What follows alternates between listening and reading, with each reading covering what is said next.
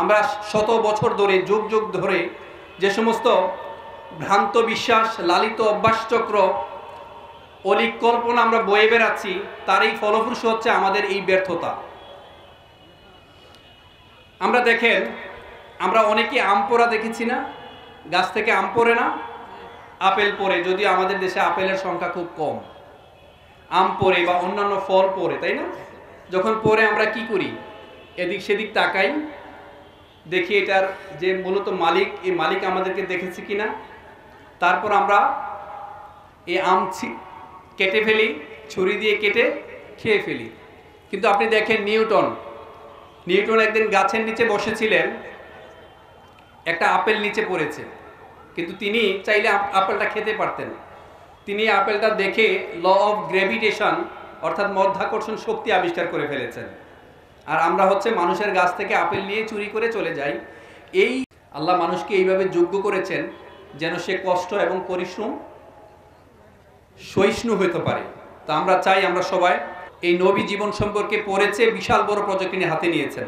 আপনাদের যাদেরই সুযোগ আছে আমি অনুরোধ করব রাসূলের জীবনী সম্পর্কে পড়াশোনা করবেন।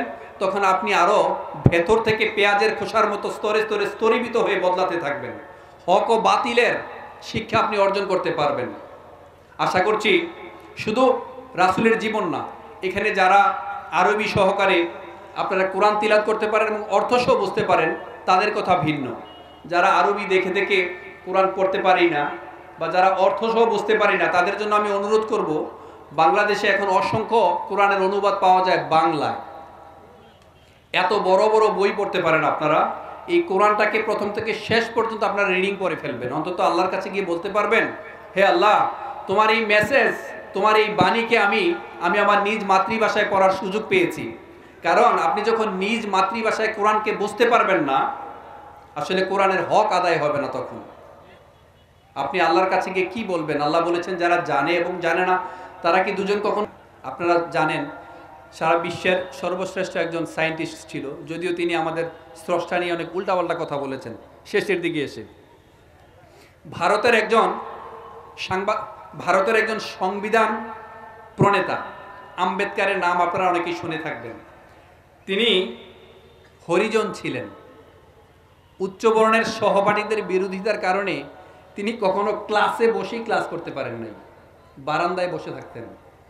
যদি মনে করতেন আমি পানি খাবো, পানির গ্লাস তার মুখে দিতেন না, উপর থেকে পানি ঢালতেন, তিনি খেতেন। যখন পরীক্ষা দিতে যাবেন, গাড়ি অপবিত্র হবে বলে তাকে গাড়ি থেকে নামিয়ে দিয়েছেন। 16 মাইল পথ পায়ে হেঁটে তিনি এন্ট্রান্স পরীক্ষা দিয়েছিলেন। সেই আম্বেদকর হলেন ভারতের সংবিধান প্রণেতা।